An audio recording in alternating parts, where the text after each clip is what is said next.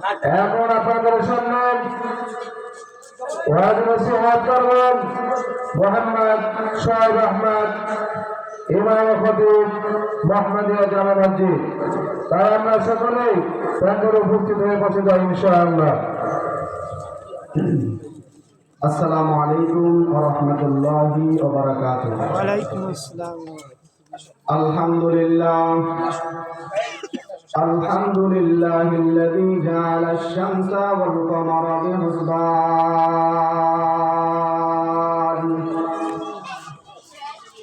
One Nazma ওয়াশ-শাজারা ইয়াসজুদান ওয়া ফাদ্দালা জামানান আলা জামান কামা ফাদ্দালা মাকানান আলা মাকান ওয়া ইনসানান আলা ইনসান ওয়া নাশহাদু আন লা ইলাহা ইল্লাল্লাহু ওয়াহদাহু লা শারীকা লাহু ওয়া আশহাদু আন্না মুহাম্মাদান আবদুহু ওয়া রাসূলুহু আরসালা রাসূলাহু বিল হাক্কি বাশীরাও ওয়া নাযীরা ওয়া দাঈয়ান ইলাল্লাহি বিইذনিহি ওয়া সিরাজাম মুনীরা। أما بعد فأعوذ بالله من الشيطان الرجيم. بسم الله الرحمن الرحيم. قل إن كنتم تحبون الله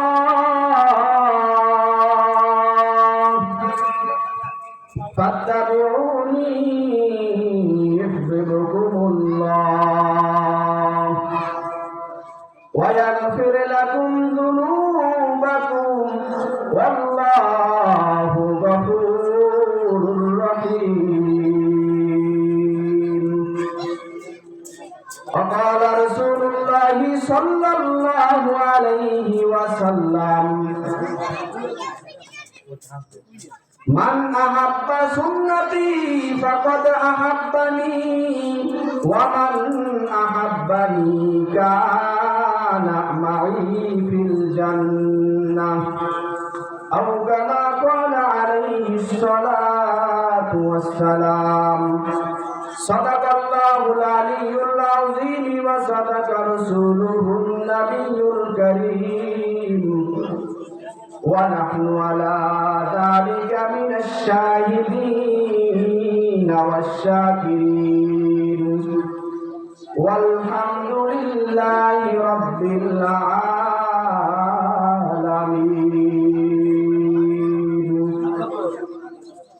تکبیر میں کلمہ میں نمازوں میں اذان میں تکبیر میں کلمہ میں نمازوں میں اذان میں آئے نام الہی سے ملا نام محمد آئے نام الہی سے ملا نام محمد. उल्फत में बराबर के वफा हो के जफा हो उल्फत में बराबर के वफा हो के जफा हो हर चीज में लज्जत है अगर दिल में मजा हो हर चीज में लज्जत है अगर दिल में मजा हो.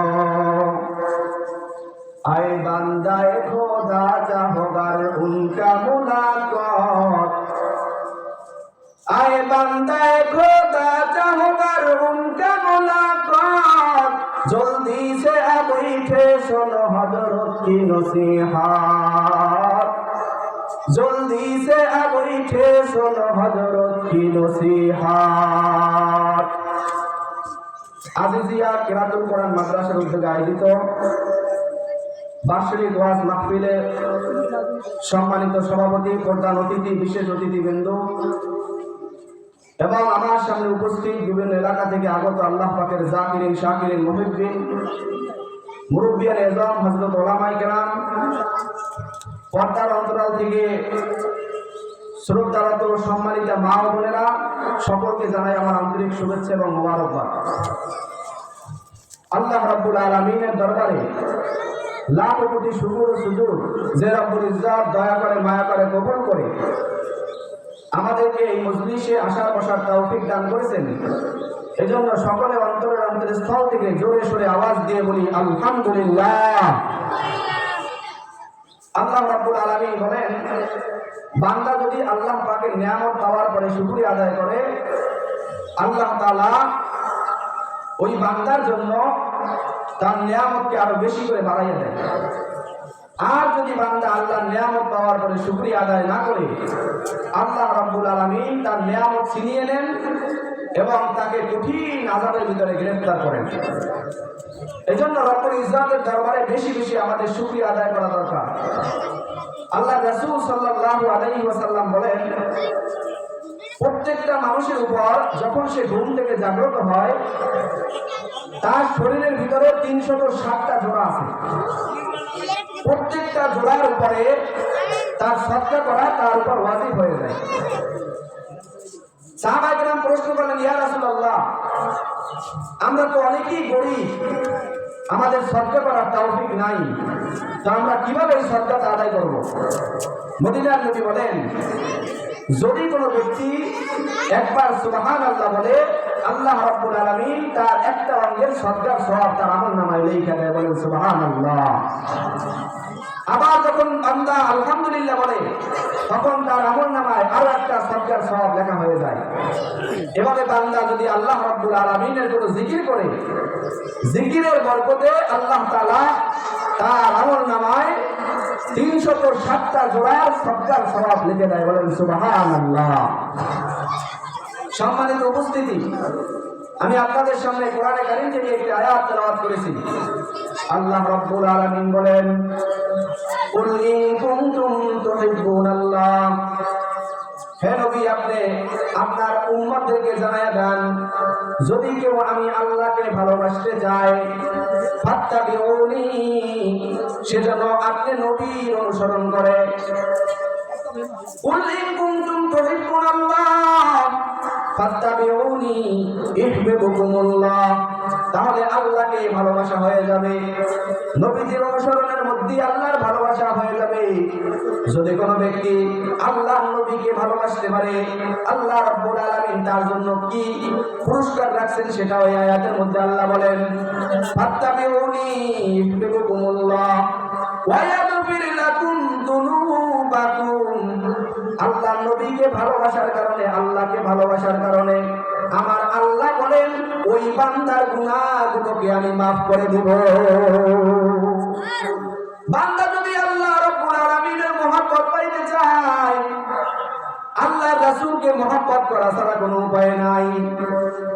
আল্লাহ রাব্বুল আলামিন বললেন, ও নবীজি, আপনি দুনিয়ার মানুষদেরকে জানাই দেন, যদি কেউ আপনি নবীকে মহব্বত করতে চায়, সেজন্য আপনি নবীর অনুসরণ করে। আপনি নবীর অনুসরণ করলে আমি আল্লাহকে মহব্বত করা হয়ে যাবে। আর আমি আল্লাহকে যদি কেউ মহব্বত করে, আমি আল্লাহ তার জিন্দেগীর তামাম গুনাহগুলোকে মাফ করে দেব। আল্লাহ রাব্বুল আলামিন আয়াতের শেষের দিকে বলেন, ইন্নাল্লাহা ইয়াগফিরুয যুনুবা জামিআ ইন্নাহু হুয়াল গফুরুর রহিম। আল্লাহ রাব্বুল আলামিন হলেন দয়াশীল, মায়াশীল। আল্লাহ হলেন ক্ষমাশীল। বান্দার গুনাহগুলোকে আল্লাহ মাফ করার জন্য প্রস্তুত, কিন্তু আমরা আল্লাহর কাছ থেকে মাফ চাইতে পারি না। মদিনার নবী হাদিসের ভিতরে বলেন, দুনিয়ার মানুষ তো আমাকে সবাই পাবে না, আমি নবী কিছুদিন পর দুনিয়া থেকে বিদায় নিয়ে চলে যাব। কিন্তু ওই বান্দারা যারা আমাকে না দেখে মহব্বত করতে চাইবে, তারা কি করবে? আল্লাহ রাসূল সাল্লাল্লাহু আলাইহি ওয়াসাল্লাম বলেন, মান আহাব্বা সুন্নতি ফাকাদ আহাব্বানি ওয়া মান আহাব্বানি কানা মাই ফিল জান্নাহ। এ দুনিয়ার উম্মত শুনো, যদি কেউ আমি নবীকে না দেখার পরেও ভালোবাসতে চাও, আমি নবীর মহব্বত অন্তরে ঢুকাইতে চাও, তাহলে তোমার জন্য কাজ কি জানো নি? তুমি আমার সুন্নতকে মেনে চলবা। আল্লাহ রাসূলের সুন্নাতকে মানলি আল্লাহ রাসূলের মহব্বত পাওয়া যাবে। রাসূল সাল্লাল্লাহু আলাইহি ওয়াসাল্লামের সুন্নাত কেমন ছিল? সাহাবায়ে কেরাম রাসূলকে কেমন ভাবে ভালোবাসতো? ইয়ামানের একজন সাহাবীর নাম হলো হযরত হুযায়ফা রাদিয়াল্লাহু তাআলা আনহু। বড় এক মজলিসের মধ্যে হুযায়ফা রাদিয়াল্লাহু তাআলা আনহুকে দাওয়াত দেওয়া হয়েছে। হুযায়ফা রাদিয়াল্লাহু তাআলা আনহু দাওয়াত খাওয়ার জন্য গেলেন, সাথে আরো একজন সাহাবীকে নিয়ে গেলেন। যাওয়ার পরে তারা দেখলেন সেখানে বড় শান শওকত জায়গা, রাজা বাচ্চারা বড় বড় মসজিদে বসে খানা খায়। হুযায়ফা রাদিয়াল্লাহু তাআলা আনহু মদিনার নবীর সুন্নাতকে এমন ভাবে আঁকড়াই ধরলেন, নিচে বসিয়া তার খানা শুরু করে দিলেন। খানা খাইতেছে খাইতেছে এমন সময় খানার একটা লোকমা মাটির মধ্যে পড়ে গেছে। হুযায়ফা রাদিয়াল্লাহু তাআলা আনহু মাটির মধ্যে লোকমা পড়ার সাথে সাথে ওই লোকমাটারে উঠাইয়া আবার খাওয়া শুরু করে দিছে। পাশের থেকে ওই সাহাবী ডাক দিয়ে বলে, হুযায়ফা রে, এটা তো এমন একটা দরবার, যেই দরবার দুনিয়ার মধ্যে সর্বশ্রেষ্ঠ দরবার। এই দরবারে যদি বসিয়া তুমি খানা পড়ার পর উঠাইয়া খাও, তাহলে তো তোমারে মানুষ বলবে মুসলমানরা বড় অসভ্য, তাদের সভ্যতা নাই, তারা ভালো জিনিস বোঝে না, তারা গুরুত্ব বোঝে না, মেহমানদের স্থানে এসে কেমন আমল করতে হবে সেটা বোঝে না। এই কথা বলতে দেরি হুযায়ফা রাদিয়াল্লাহু তাআলা আনহু ডাক দিয়ে বললেন, গম্ভীর আওয়াজে বললেন, এ ভাই তুমি থামো, আমি কি আমার মহব্বতের নবী, আমার মায়ার নবী রাহমাতুল লিল আলামিনের একটা সুন্নাতকে এই সমস্ত নাভাক আর দুরক্ষদের সামনে ছেড়ে দিব? এটা কোনোদিন হতে পারে না। সুবহানাল্লাহ বলেন। এই ছিল সাহাবায়ে কেরামদের মহব্বত। সাহাবায়ে কেরাম কেমন মহব্বত তারা করতেন জানেননি? আল্লাহ রাসূল সাল্লাল্লাহু আলাইহি ওয়াসাল্লামের একজন সাহাবী বলেন, উহুদের ময়দানে কাফেররা আমার নবীর উপর আতঙ্কিত হামলা চালাইতেছে। আমি ভাবলাম আমার নবীকে যেভাবেই হোক আমি তাকে কন্ট্রোল করব। মদিনার নবীর গায়ে যেন একটা চুলের আঘাত না লাগতে পারে, একটা নখের আঘাত না লাগতে পারে, আমি দেখে নিব। ওই সাহাবী দাঁড়াই গেল, বলল, আমার চেহারা ধ্বংস হয়ে যাবে, নষ্ট হয়ে যাবে, কিন্তু আমি একটাবারের জন্য মদিনার নবীর গায়ে একটা তীর লাগতে দিব না। আল্লাহ রাসূলের এই সাহাবী রাসূলের সামনে দাঁড়াই রইলেন। এমন সময় একটা তীর আসিয়া মদিনার নবীর সাহাবীর চোখের মধ্যে গাঁথিয়া গেল। গাঁথার সাথে সাথে চোখটা লড়িয়া তীরের একটা ওই যে বাটিটা তীরের টিকটা নিচে পড়ে গেল। পড়ার সাথে সাথে রাসূলের সাহাবী চোখটা নিচে পড়ে গেল। আল্লাহ রাসূলের সাহাবী মদিনার নবীর কাছে হাজির হয়ে গেছে, ইয়া রাসূলুল্লাহ, ইয়া হাবিবাল্লাহ, আমি আপনাকে হেফাজত করার জন্য, আপনার শরীরটা যেন হেফাজত থাকে, কোন তীরের আঘাত যেন আপনার গায়ে না লাগে, এই জন্য আমি আপনার সামনে দাঁড়াইছিলাম। কিন্তু বড় দুঃখ রাসূল, ওই কাফেরদের একটা তীর এসে আবার চোখের মধ্যে পড়ে গেছে। মদিনার নবী চোখটারে উঠাইয়া চোখের স্থানে লাগাইয়া আল্লাহ রাসূলের মোবারক হাত চোখের মধ্যে ঘুরাইয়া দিলেন। সাথে সাথে সাহাবীর চোখটা সুস্থ হয়ে গেল। বলেন সুবহানাল্লাহ। আল্লাহ রাসূলের সাহাবী বলে, ইয়া রাসূলুল্লাহ, ইয়া হাবিবাল্লাহ, আমার যে চোখটা ভালো ছিল এতক্ষণ, এই চোখের থেকে 1000 গুণ বেশি যে চোখটা নষ্ট হয়ে গেছিল, যে চোখটা মাটিতে পড়ে গিয়েছিল, আপনার হাতের বরকতে ওই চোখটার মধ্যে আমি বেশি পাওয়ার পাইতেছি। আমার নবীর মহব্বত সাহাবায়ে কেরামদের মধ্যে এমন ছিল রে বাবা। আল্লাহ রাসূল সাল্লাল্লাহু আলাইহি সাল্লামের মহব্বত যদি করতে চান, 5 ওয়াক্ত নামাজ ছাড়া রাসূলের মহব্বত আসবে না। আল্লাহ রাসূল যখন দুনিয়া থেকে বিদায় নিয়ে চলে যাবেন, এই সময় রাসূল সাল্লাল্লাহু আলাইহি ওয়াসাল্লাম নামাজের খবর নিতেছিলেন। আল্লাহ রাসূল অসুস্থ, বেহুশ হয়ে পড়তেছে। হুশ আসার সাথে সাথে আল্লাহ রাসূল আয়েশা রাদিয়াল্লাহু তাআলা আনহাকে জিজ্ঞেস করে, আয়েশা রে, জামাত কি শেষ হয়ে গেল নাকি? আমি একটু জামাতে যাই, বাবাকে নিয়ে যাইতে বলো। জামাত শেষ হয়ে যাইতেছে নাকি? যখন রাসূলের একটু শান্তি লাগতেছিল, দুইজন সাহাবীর কাঁধে ভর করে আল্লাহ রাসূল মদিনার দিকে, মদিনা মুনাওয়ারার মসজিদের দিকে চলতে লাগলেন, মসজিদে নববীর দিকে চলতে লাগলেন। কিছু দূর যাওয়ার পর মদিনার নবী আবার বেহুশ হয়ে গেলেন। রাসূল সাল্লাল্লাহু আলাইহি সাল্লামকে সাহাবায়ে কেরাম নিয়ে আবার ঘরের মধ্যে নিয়ে আসলেন। আবার রাসূল কিছুক্ষণ পরে আবার যখন মদিনার নবীর হুঁশ ফিরে আসে, রাসূল সাল্লাল্লাহু আলাইহি সাল্লামের মুখে একটাই কথা, নামাজ, সালাত, সালাত। নামাজের কি হালত? নামাজ হয়ে গেছে নাকি? জামাত শেষ হয়ে গেছে নাকি? এই ছিল রাসূলের নামাজের প্রতি আকাঙ্ক্ষা। আল্লাহ রাসূলের একজন বিবি বলেন, মদিনার নবী যখন নামাজে দাঁড়াইতেন, রাসূল সাল্লাল্লাহু আলাইহি সাল্লামের নামাজ এত লম্বা হইতো, রাসূলের পা মোবারক নামাজ পড়তে পড়তে ফুলিয়া যাইত। কত মহব্বতে নামাজ আদায় করত। আর আজকে আমাদের কত বদনসিব, এই এলাকার মধ্যে কত মসজিদে আযান হয়, ফজরে আমার ঘুম ভেঙে যায় আযানের কারণে, কিন্তু আমার মতো কত যুবক, কত বৃদ্ধ বাবাজি ঘুম ভাঙলে আবার ল্যাম্পা দিয়ে ঘুমাই যায়, ঠিক কিনা? ঘুম ভাঙিয়ে একটু ওঠার চেষ্টা করে না। এরে আল্লাহর গোলাম, এই দুনিয়াটা কিছুই না, আসল দুনিয়া পড়িয়া রয়েছে। চিন্তা করে দেখো না, কবরে কি যাইবা না? চিন্তা করে দেখো না, কবরে কি যাইবা না? যেই কবরে আল্লাহ ছাড়া বন্ধু কেহ থাকবে না, যেই কবরে আল্লাহ ছাড়া বন্ধু কেহ থাকবে না। চিন্তা করে দেখো না, কবরে কি যাইবা না? এ দুনিয়ায় সবই পর, কবর যে তোর আসল ঘর। এ দুনিয়ায় সবই পর, কবর যে তোর আসল ঘর। কেমনে সেটায় থাকবি পরে, শুধুই মাটির বিছানা। কেমনে সেটায় থাকবি পরে, শুধুই মাটির বিছানা। চিন্তা করে দেখো না, কবরে কি যাইবা না? চিন্তা করে দেখো না, কবরে কি যাইবা না? কবরে যাওয়া লাগবে রে বাবা, কবর ছাড়া কিন্তু আর কোনো যাওয়ার জায়গা নাই। মদিনার নবী বলেন, যখন কোনো নাফরমান বান্দাকে কবরের মধ্যে রাখা হয়, ওই বান্দাকে জান্নাত দেখানো হয়। ও বান্দা, দেখো ওই জান্নাতটা তোমার জন্য তৈরি ছিল, কিন্তু বড় আফসোস, তুমি আল্লাহর হুকুম মানো নাই, আল্লাহর বিরুদ্ধাচরণ করছো, আল্লাহর হুকুমকে বিদ্যাঙ্গুলি দেখাইছো। এই জন্য তোমার জিন্দগিতে বড় বদনসিব। ওই যে জান্নাতটা দেখতেছো, ওই জান্নাত তোমার কপালে নাই, তোমার জন্য ওই জাহান্নামটা প্রস্তুত আছে। বান্দাকে যখন কবরের মধ্যে রাখা হয়, তিনটা প্রশ্ন করা হয়। কয়টা প্রশ্ন? কয়টা প্রশ্ন করা হয়? তিনটা প্রশ্ন করা হয়। এক নম্বর প্রশ্নের নাম মান রব্বুকা, তোমার রবকে। ওমা দীনুকা, তোমার দিন কি। ওমান নবিয়ুকা, তোমার নবীকে। ও বান্দারা একটু খেয়াল করে শুনবেন, এই জমিনের ভিতরে যারা নামাজ না পড়ে, এরা আল্লাহু আকবারও ঠিক মতো বলতে পারে না, ঠিক কিনা?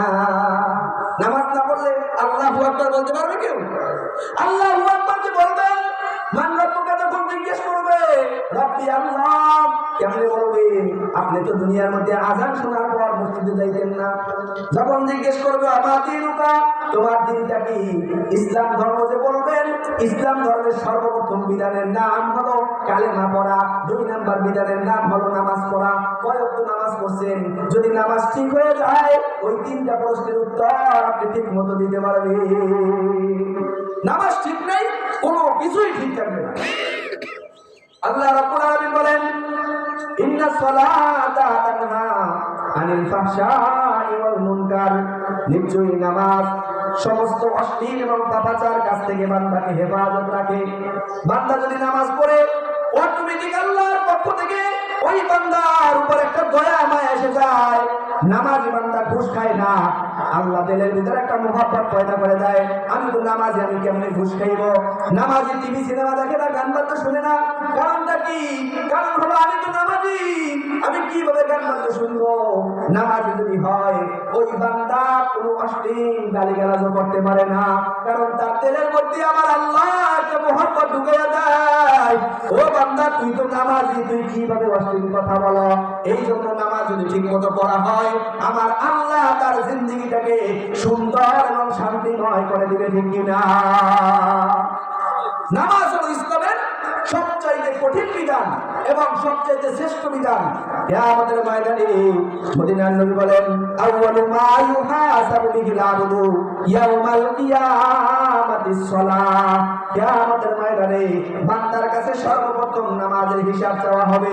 যেই বান্দার নামাজ ঠিক হয়ে যাবে ওই বান্দাকে আল্লাহ 5টা পুরস্কার দান করবেন। কয়টা পুরস্কার? সবাই যদি বলেন কয়টা? 5টা পুরস্কার। 1 নম্বর পুরস্কারের নাম হলো রিজিকের অভাব আল্লাহ দূর করে দিবে। সুবহানাল্লাহ। রিজিকের অভাব দূর করে দিবে। এই জমিনের ভিতরে যত ধরনের উশৃঙ্খলা হইতেছে, যত মারামারি কাটাকাটি হইতেছে, সব কিছু রিজিকের জন্য। সন্তানরে কি খাওয়াইবে, বউরে কি খাওয়াইবে, নিজে কি খাইবে, যত বড় দল বলেন আর মত বলেন, সবাই কিন্তু খাবার জন্যই মারামারি করে, ঠিক কিনা? খাবার জন্যই মারামারি।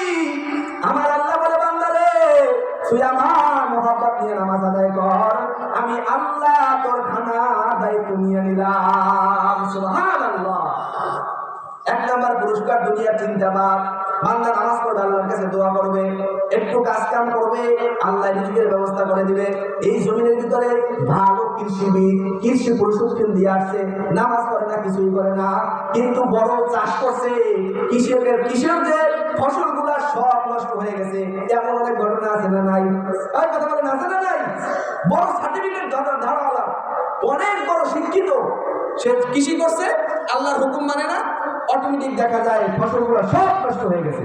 আর একজন বান্দা আল্লাহর হুকুম ঠিক মতো আদায় করতেছে, কোনো সার্টিফিকেট নাই, কিছু বোঝেও না, জানেও না, আল্লাহর মহব্বতে আল্লাহর নাম নিয়া বীজগুলো বপন করছে। রেহা, ঝিঙ্গা, লাউ, পুঁইশাক যত কিছু আছে আমার মাওলা তার জন্য ব্যবস্থা করে দিতে, আছে না নাই? নামাজের মহব্বত অন্তরের মধ্যে ঢুকাও রে বাবা। এই নামাজ ছাড়া কিন্তু আর কোনো উপায় নাই। নামাজ যদি ঠিক মতো না পড়েন আর কিন্তু উপায় কোনো থাকবে না। নামাজ না পড়লে কিন্তু বড় মুসিবত এসে যাবে। এই জন্য বললাম, নামাজ পড়লে 1 নম্বর পুরস্কারের নাম হলো রিজিকের অভাব দূর। 2 নম্বরে কবরের আযাব আল্লাহ দূর করে দিবে। দুনিয়া থেকে বান্দা যখন বিদায় নেয় তখন সর্বপ্রথম গাড়ির নাম কি? কবর। ওই কবরের ভিতরে আমার আল্লাহ ছাড়া আর কেউ থাকবে না। কিছুক্ষণ আগে বলছি না, চিন্তা করে দেখো না কবরে কি যাইবা না। ওই কবরে কিন্তু আমার আল্লাহ ছাড়া আর কেউ থাকবে না। আমার মাওলাকে যদি কবুল করিয়া গ্রহণ করিয়া না নিতে পারো তাহলে কিন্তু কবরে আর কেউ তোমার দায়িত্ব নিবে না। আল্লাহর মহব্বত পাওয়ার জন্য সর্বপ্রথম মাধ্যমই হলো নামাজ। মদিনার নবী হাদিসের ভিতর বলেন, ক্বালান নবী সাল্লাল্লাহু আলাইহি ওয়াসাল্লাম আকরাবু মা ইয়াকুনুল আবদু মির রাব্বিহি ওয়া হুয়া সাজিদ। বান্দা আল্লাহর একদম নিকটে চলে যায় যখন বান্দা আল্লাহর কুদরতি পায়ের মধ্যে সিজদা দেয়। বলেন সুবহানাল্লাহ। আমার আল্লাহ নামাজের সাথে কথা বলে। বান্দা যখন বলে আলহামদুলিল্লাহি রাব্বিল আলামিন, আল্লাহ রাব্বুল আলামিন ফেরেশতা ঘোষণা, ও ফেরেশতারা সদা হামিদানি আব্দি, আমার বান্দা আমার প্রশংসা করছে। আর রহমানির রহিম, আল্লাহ রাব্বুল আলামিন ফেরেশতাদেরকে বলে সদা আব্দি, আমার বান্দা সত্য বলছে। আমি আল্লাহ হলাম রহমান আর রহিম। বান্দা মালিক ইয়াউমিদ্দিন বলে, আমার আল্লাহ জবাব দেয় ইয়্যাকা না'বুদু ওয়া ইয়্যাকা নাস্তাঈন বলে, আমার আল্লাহ জবাব দেয়। বান্দা কোরআন পড়ে আমার মাওলা ওই আসমানের মধ্যে বসে বান্দার কোরআন তেলাওয়াতের প্রত্যেকটা হরফের জবাব দেয়। বলেন সুবহানাল্লাহ। ইয়া ইলাহি মুঝসে মুঝকো দূর কর, তাকে দেখো মুঝমে তুঝকো এক নজর। আল্লাহ আল্লাহ क्या मुबारक नाम है, अल्लाह अल्लाह आशिकों का काम है। तू मर्दे मुसलमान हो, तू मर्दे मुसलमान, तू मर्दे मुसलमान हो, तू मर्दे मुसलमान। एक हाथ में तलवार, एक हाथ में कुरान, एक हाथ में तलवार, एक हाथ में कुरान। कुरान सारा नामाज হয় না, ঠিক কিনা? কোরআন তেলাওয়াত ছাড়া কিন্তু নামাজ হবে না। নামাজ পড়ার পুরস্কারের কথা বলছিলাম। 1 নাম্বার পুরস্কার আল্লাহ রিজিকের অভাব দূর করে দেয়। 2 নাম্বার পুরস্কার কবরের আযাব আল্লাহ দূর করে দেয়। 3 নাম্বার পুরস্কার কিয়ামতের ময়দান। মদিনার নবী বলেন, কিয়ামতের ময়দানটা এমন ভয়াবহ হবে, যেই বান্দা গুনাহ দিয়ে কিয়ামতের ময়দানে হাজির হবে ওই বান্দার মাথার মগজগুলো টকবক করে ফুটতে থাকবে। কিয়ামতের ময়দানটা তো ভয়াবহ হবে। ওই ভয়াবহ অবস্থা রাসূল সাল্লাল্লাহু আলাইহি সাল্লাম সাহাবাদের মাঝে যখন বর্ণনা করতেন, সাহাবারা এমন চিল্লাচিল্লি শুরু করে দিত, কান্নায় সাহাবীদের রোল পড়ে যেত রে বাবা। হে দুনিয়ার মুসলমান, আল্লাহর গোলাম, আল্লাহর মোহাব্বত নিয়ে কিয়ামতের ময়দানে উঠিও, তা না হইলে কিন্তু আর কোনো উপায় থাকবে না। কিয়ামতের ময়দানে আমার আল্লাহ ওই নামাজি বান্দাকে আমলনামা ডান হাতে দিয়ে দিবেন, বলেন সুবহানাল্লাহ। ডান হাতে আমলনামা পাইলে ওই বান্দার জন্য আর কোনো টেনশন থাকবে না। 4 নাম্বার পুরস্কারের নাম হলো ফুলসিরাতের পুল। আমার আল্লাহ রাব্বুল আলামিন বিজলির আকারে পার করাই দিবেন, বলেন সুবহানাল্লাহ। ফুলসিরাতের পুল এমন চিকন হবে যেটা চুলের থেকেও চিকন এবং হীরার থেকেও ভারী। কিতাবের ভিতরে আসছে ওই ফুলসিরাতের পুল যখন বান্দা পার হইতে যাইবে, অনেকের পাও কেটে অর্ধেক জাহান্নামের ভিতরে পড়ে যাবে, অনেকের হাত কেটে পড়ে যাবে, অনেকের শরীরের এক একটা অঙ্গ প্রত্যঙ্গ খুলে খুলে পড়ে যাবে। যেই বান্দা 5 ওয়াক্ত নামাজ ঠিকমতো আদায় করবে, ওই বান্দার জন্য আল্লাহ রাব্বুল আলামিন বিজলির আকারে ফুলসিরাতটা পার করাই দিবেন, বলেন সুবহানাল্লাহ। নামাজকে বলো না কাজ আছে, কাজকে বলো আমার নামাজ আছে। বলতে পারবো তো ইনশাআল্লাহ? কাজ যত থাকুক, আমি আগে নামাজটা ঠিক করবো। আমার নামাজ ঠিক হয়ে গেলে দেখবেন চেহারার ভিতরে পরিবর্তন আসবে, সংসারের ভিতরে পরিবর্তন আসবে, বংশের মধ্যে পরিবর্তন আসবে, সমাজের ভিতরে পরিবর্তন আসবে, ঠিক কি না? যুবকরা যদি নামাজি হয়ে যায়, এই কিছুদিন আগে ফজরের নামাজের সময় উনি 50 বাজে 100 বাজে, আপনারা এই এলাকার যারা শুনছেন না? হ্যাঁ, শুনছেন না আপনারা? এই এলাকার মধ্যে যদি যুবকরা ঠিক হয়ে যায়, ফজরের নামাজে আমি শুনি কিরাত করি, শুনি বক্স বাজতেছে একদিকে, নাউজুবিল্লাহ। এই যুবকরা যদি নামাজি হয়ে যায়, আল্লাহর রহমতে আর এলাকার মধ্যে গান বাদ্য বাজবে না। তাই এরকম বড় বড় প্যান্ডেল সাজাইয়ে তারা অনুষ্ঠান করবে। ভাইরা আমার, যুবক ভাইরা যারা শুনতেছেন, এই সামনে হ্যাপি নিউ ইয়ার আসতেছে, আল্লাহর রাস্তে এই নিউ ইয়ারকে পালন করবেন না। হ্যাপি নিউ ইয়ার আমাদের কিছুই না, এটা খ্রিস্টান, ইহুদি, নাসারাদের একটা চাল, এটা ওদের একটা উৎসব। মুসলমান এই উৎসব পালন করতে পারে না, ঠিক কি না? এটা মুসলমান পালন করতে পারে না। খ্রিস্টানদের কোনো মহাব্বতে আমরা নাই, ওরা আমাদের কোনো অনুষ্ঠানে আসে না। কয়েকটা খ্রিস্টান এসে আমাদের বয়ান শুনতেছে, কয়েকটা খ্রিস্টান এসে আমাদের জুমার বয়ান শুনে, কয়েকটা খ্রিস্টান এসে আমাদের সাথে তাবলীগে যায়। নাই কোনো খ্রিস্টান, আমরা কেন তাদের মতো সাজবো? তারা হ্যাপি নিউ ইয়ার পালন করুক না, যাই বললাই যাও।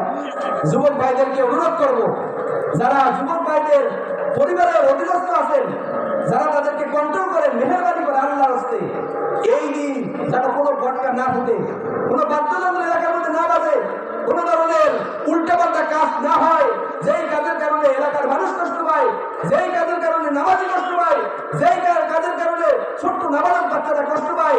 এই কাজ করলে কিন্তু আপনি জুলুম করছেন।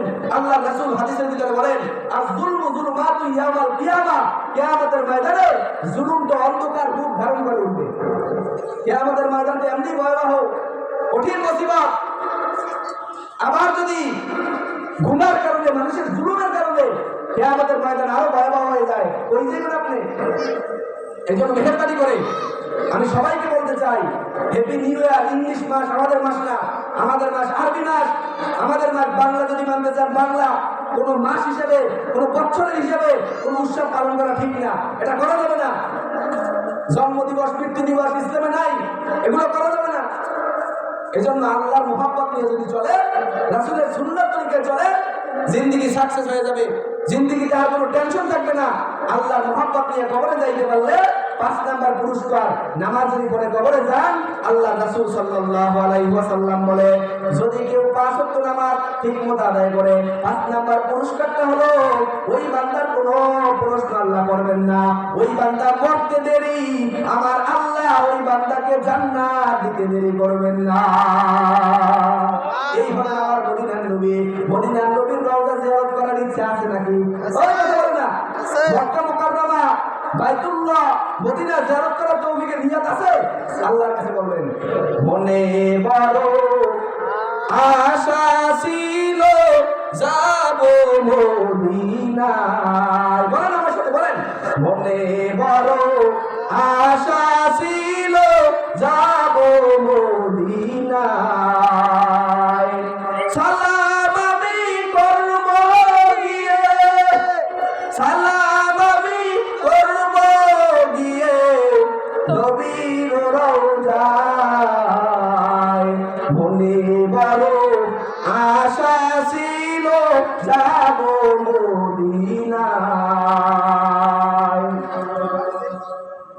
আরব সাগর পাড়ি দেব, নাই গো আমার তরি।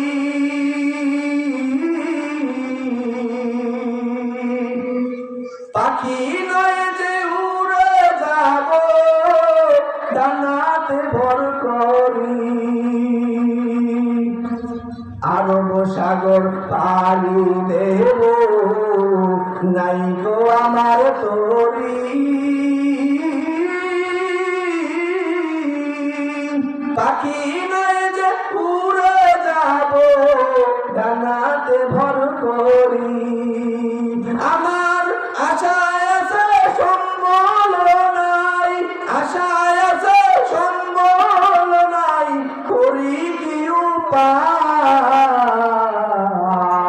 মনে বড় আশা ছিল যাব মদিনায়, মনে বড় আশা ছিল যাব মদিনায়। মদিনা যাওয়ার ইচ্ছা আছে তো আছে? কার কার আছে? হাত দেখান। আল্লাহ সবাইকে কবুল করেন, বলেন আমিন। আল্লাহ রাসূলের মহব্বত নিয়া, আল্লাহ রাসূলের ভালোবাসা নিয়া, আল্লাহ রাসূলের সুন্নাত মেনে দুনিয়া থেকে বিদায় নেওয়ার তৌফিক দান করে, বলেন আমিন। এজন্য ভাইরা, বাবারা, যুবক ভাইরা, বিশেষ করে আপনাদের কাছেই সবকিছু ভাইরা আমার, আপনারা যদি ঠিক হয়ে যান ইনশাআল্লাহ এলাকার মধ্যে কোনো উল্টাপাল্টা কিছু চলবে না। আপনারা যদি ঠিক হয়ে যান আল্লাহর রহমতে এলাকার মধ্যে শান্তি আসবে। যুবক ভাইরা যদি ঠিক হয়ে যায় আল্লাহ তাআলা এলাকার মধ্যে আল্লাহর কুদরত, রহমত, বরকত নাযিল করবেন, ঠিক কি না? আল্লাহ রাব্বুল আলামিন আমাদেরকে এই কথাগুলোর উপর আমল করার তৌফিক দান করে, বলেন আমিন।